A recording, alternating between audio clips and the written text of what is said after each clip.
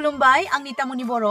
नोंथांमोनखौ आं मोनथिहोनो मोननानै जोबोद गोजोननाय मोनदोंदि फैगौ मे दाननि 13 खालाराव बिश्वनाथ जिल्लानि सिङाव थानाय सतिया ओनसोलनि सेलेखाथि बर'गावआव रंजालि बैसागु सन्मिलननि बानजायनायाव खुंनो लानाय खुंगा 75थि बोसोरारि रंजालि बैसागु फोरबो फालिथायनि हारिमु मोनाबिलि आयदायाव आं मेथाइ खननो थांगासिनो दङ। ओंखायनो बै सानखालि सेलेखाथि बर'गाव आरो लोगोसे सतिया ओनसोलनि साफ्रोमबो हारिमु मोजां मोनग्रा रायजो राजा नोंथांमोनखौ लोगो मोनगोन आरो खुलुमबाय आंनि तामुनि बर' नोंथांमोनखौ आं मोनथिहोनो मोननानै जोबोद गोजोननाय मोनदोंदि फैगौ मे दाननि 13 खालाराव बिश्वनाथ जिल्लानि सिङाव थानाय सतिया ओनसोलनि सेलेखाथि बर'गावआव रंजालि बैसागु सन्मिलननि बानजायनायाव खुंनो लानाय खुंगा 75थि बोसोरारि रंजालि बैसागु फोरबो फालिथायनि हारिमु मोनाबिलि आयदायाव आं मेथाइ खननो थांगासिनो दङ।